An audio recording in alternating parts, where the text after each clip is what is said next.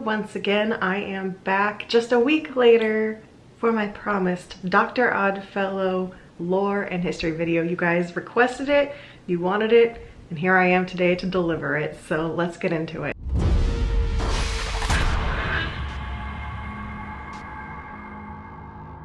So I have arrived today in my best Halloween Horror Nights Jack attire. I've got my HHN32 shirt. I've got my Jack earrings because Dr. Oddfellow is very much tied into the lore of the icon of all icons, Jack Schmidt, Jack the Clown. You know him, you love him. He's hiding right over here in the background of all my videos. And prior to this week, we didn't know that much about Dr. Oddfellow aside from how he was tied in with Jack. But now we've been bombarded with tons of information about Dr. Oddfellow, so that's what we're going to cover in this video. Before I go any further, if this is the first video of mine that you are seeing, hi, I am Liz. I am a huge Halloween Horror Nights fan. I've been attending the event since 2001. It's my favorite event of the year. So on my channel, I cover the news, rumors, announcements, and come fall, I will be vlogging in the parks at Halloween Horror Nights, Howl-O-Scream, Sir Henry's, wherever my spooky heart takes me in Florida. And maybe, just maybe outside of Florida, but we'll see. Time will tell on that one. So if you love Halloween, if you love haunts, make sure to subscribe. As most of you guys know, I am an absolute nerd for the Halloween Horror Nights lore. I love learning about this stuff. I have been obsessed with following the Halloween Horror Nights websites for years and learning all I can about the lore. So today is no exception. We are going to travel through time, talking about what we knew about Dr. Oddfellow before this week and what this week brought. So let's dive into the lore of Dr. Oddfellow. We first saw Dr. Oddfellow enter the Halloween Horror Nights lore at Halloween Horror Nights 10 back in 2000. Now this was just 1 year before I started attending the event, so I did not get to see this original incarnation of Dr. Oddfellow. He was really just an idea behind the event and behind a particular house. He wasn't in the flesh, but we just learned a little bit about Dr. Oddfellow because we were introduced to the very first icon of Halloween Horror Nights ever, Jack the Clown. So unfortunately I didn't get to experience this, but as the legend goes, Jack and Dr. Oddfellow were connected through Dr. Oddfellow's traveling carnival, the Carnival of Thrills. Now on Halloween night 1920, Jack got into some trouble and he murdered several children throughout the southern United States. Seeking asylum, he found Dr. Oddfellow and his carnival and basically asked Dr. Oddfellow to hide him, letting him know what had happened and confiding in him. But as luck would have it, Dr. Oddfellow had issues of his own. At the time, he was wanted by authorities for the death of several of his carnival attendees in a freak accident. This was back many years before when his carnival had been in a different name, so he was traveling under this disguise of a different carnival. But Jack showing up with his problems put Dr. Oddfellow at risk of possibly being found by the police that he'd been running from for all this time. So to avoid having the police find himself and his carnival, Dr. Oddfellow asked Jack to show him where he hid the bodies. Jack obliged and took Dr. Oddfellow to show him where he'd hidden the bodies of 13 children in 3 small trunks within his travel coach. In turn, Dr. Oddfellow had Jack murdered and hid his body in the attraction of the carnival called House of Horrors, as well as the bodies that were found in the trunk. So Jack, the children he murdered, all placed into the House of Horrors within Dr. Oddfellow's carnival. Can you tell that this was written in 2000? I feel like this would not be the lore that was written in modern times, but 23 years ago, they could get away with this kind of thing. So somehow, through all of this, Jack survives, or at least this is all we know of in 2000 at the event, and arrives at Halloween Horror Nights to torture the unsuspecting guests of Halloween Horror Nights 10. But we don't really have an explanation of how he survived being murdered. Like, what happened here? We don't know quite yet, but time will tell. Years later in the lore, Dr. Oddfellow sells off his carnival with pieces of the attractions of his carnival going all across the United States. So that's where we end things for Dr. Oddfellow's first appearance during Halloween Horror Nights, with a little bit of future lore tied into that with Jack appearing at 2000's Halloween Horror Nights. And at that point, Dr. Oddfellow goes missing. We're not sure where he is. He sells off the carnival. He escapes the authorities. He's a mystery. So now we fast forward to 2007's Carnival of Carnage. Jack is back as the icon once again. By this point, Jack has been the icon of several Halloween Horror Nights events along the way, so we all know him pretty well, or at least we think we do. So during the lore of 2007's event, we find out what happened in this time period between when Dr. Oddfellow killed Jack and how Jack ended up at Universal in the first place. So according to this lore, Jack was resurrected in the 1980s by an unsuspecting BBC documentary crew. That crew was filming abandoned theme parks and attractions across the eastern United States, and they stumbled upon what was the House of Horrors from Dr. Oddfellow's Carnival of Thrills. In that House of Horrors, they find Jack's box, a box that has J-A-C-K around it. It has one of the classic Jack in the Box handles. One of the crew members cranks it, out pops the decaying corpse of Jack. A whole reign of terror occurs after this. We're gonna fast forward through some of that lore because that is Jack's story and not Dr. Oddfellow's, but what you need to know from that is that Jack is resurrected, Jack is back in the picture, and urban legends state that he is out searching for Dr. Oddfellow to get his revenge. In this new lore from 2007, we learn that Universal is one of the companies that ends up buying some of these props from the House of Horrors, including Jack's box, which is how he arrives at Universal and how he starts his reign of terror that we're still going through from time to time in modern day. So eventually Jack reaches his goal. He finds Dr. Oddfellow's dark carnival and takes out his vengeance, killing Dr. Oddfellow. Or so we thought. With Dr. Oddfellow out of the way, Jack takes over the carnival and becomes the ringmaster. He takes Dr. Oddfellow's Cane of Souls, which at this point we assume is what's been keeping Dr. Oddfellow alive for all of these years. And Jack finally gets to be the ringmaster of the Dark Carnival. So at this point in the story, we assume Dr. Oddfellow is gone. We assume he's dead. Jack killed him. He took the Cane of Souls. That was his source of power. We don't have to worry about Oddfellow anymore. He's done. And as Jack opened his Carnival of Carnage at Halloween Horror Nights 2007, we thought that would be the last we ever heard of Dr. Oddfellow. Plot twist, we were wrong. Dr. Oddfellow is back for Halloween Horror Nights 32 as the official icon of the event. It has been announced he is the icon. There's been a lot of icon debate on Twitter that I'm not gonna get into, but he is in fact the icon of Halloween Horror Nights 32. And we've got a ton of new story, some retconned story from what I just told you, and some kind of crazy twists to Dr. Oddfellow's story. So let's talk about the new lore. So at Halloween Horror Nights 32, we are going to see Dr. Oddfellow have his own house, which is Dr. Oddfellow's Twisted Origins, and he has a bit of lore attached to every single scare zone in the park. Now, if you've been on the Universal website and you're like, Liz, I haven't seen any of this lore, I don't know what you're talking about,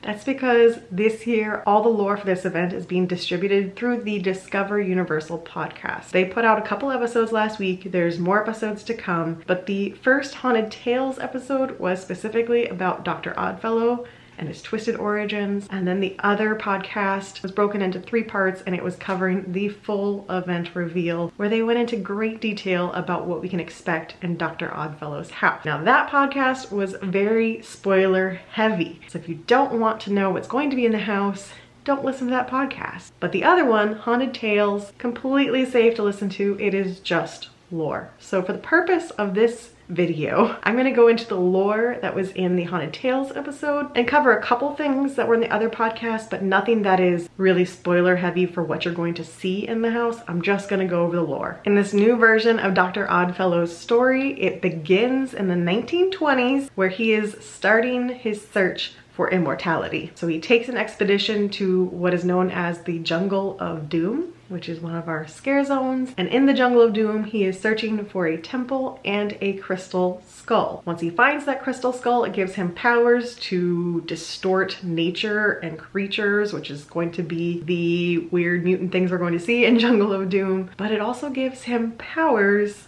and we assume that crystal skull that he finds is the skull that's on top of the Cane of Souls. So this is him beginning his journey into great power and immortality. So at some point during this, Dr. Oddfellow also begins studying the zodiac and the dark zodiac and trying to figure out what kind of ritual he can do to gain immortality through the zodiac, the elements, the tarot, in order to become immortal. So we're going to see this play out in the Dark Zodiac Scare Zone. And during this time period, he draws the symbols of the Zodiac on his body to gain even more power. So that's the symbol that you see on his face in the picture for his house. Moving to 1939, this is where the retcon really comes in. If you don't know what that means, essentially that means we are going back and rewriting the lore. So as you guys just learned, the original story had Jack arriving to Dr. Oddfellow on Halloween night in 1920, and he would have died probably that same night. But now the story is being moved to 1939. I think because they really wanted to use the Dust Bowl era for this house. It's not a big deal, but if you're a stickler for lore, yes, this means it is changed. And the events that we thought took place in 1920 are now taking place in 1939. So in 1939, Dr. Oddfellow has set up his carnival in the Dust Bowl of America. And at this carnival, Dr. Oddfellow takes what he learned about the Dark Zodiac and starts to apply it.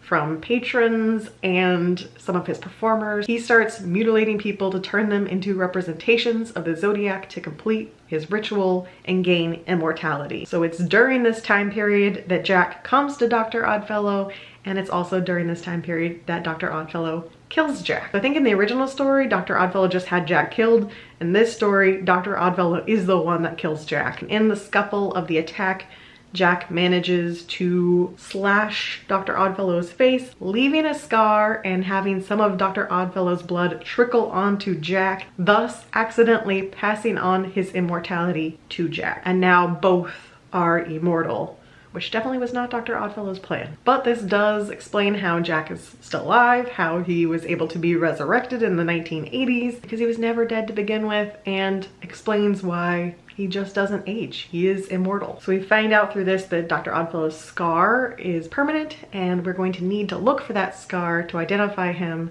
throughout the event. Why?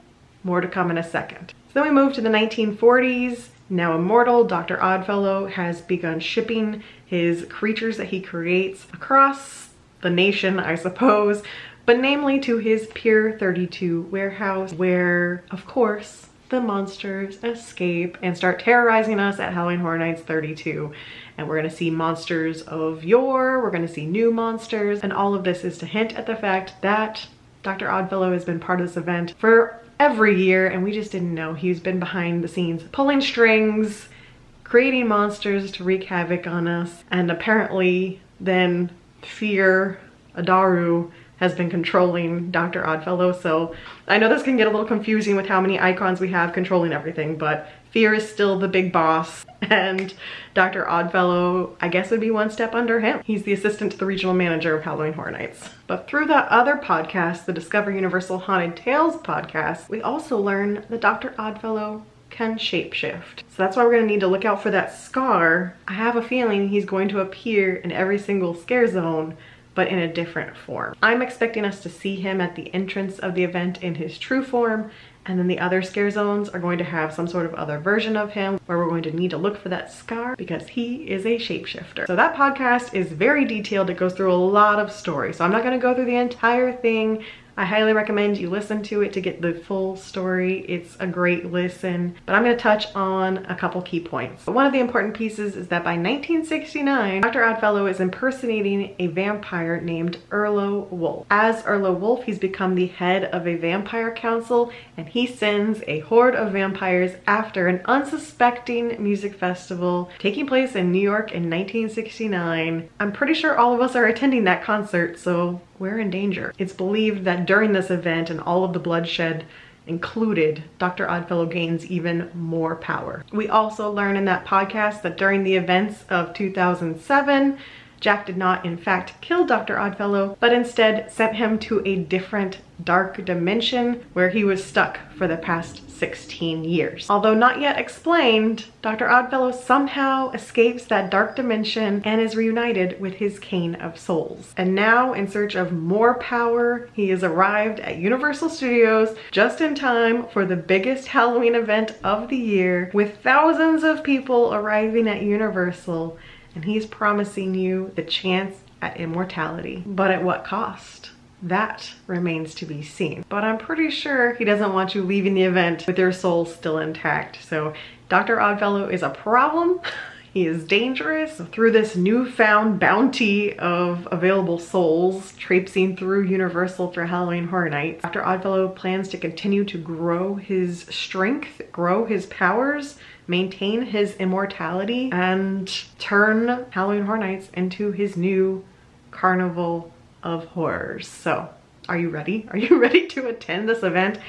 I am so excited for the amount of lore that we've been given. Even as a retcon, I'm ready. That was your history lesson. That was your deep dive into Dr. Oddfellow lore and history. There's even more out there. Obviously, Jack's story is very in-depth. There's the podcast you can listen to get the entire backstory with Erlo Wolf and these vampires that witnessed Dr. Oddfellow and what he was up to for all those years. But this was at least a crash course to give you an overview so you can go to the event prepared to know who Dr. Oddfellow is, know his story, know what's happening in the scare zones, and be excited for Halloween Horror Nights 32. So that's gonna wrap up things for today, but I do have videos planned for every week leading up to the event to make sure we can be hyped for Halloween Horror Nights 32. So stay tuned for those. And of course, I will be there opening weekend, vlogging all of the fun, vlogging all the adventures, and I cannot wait to be back in the fog. So until next week, stay safe and stay spooky.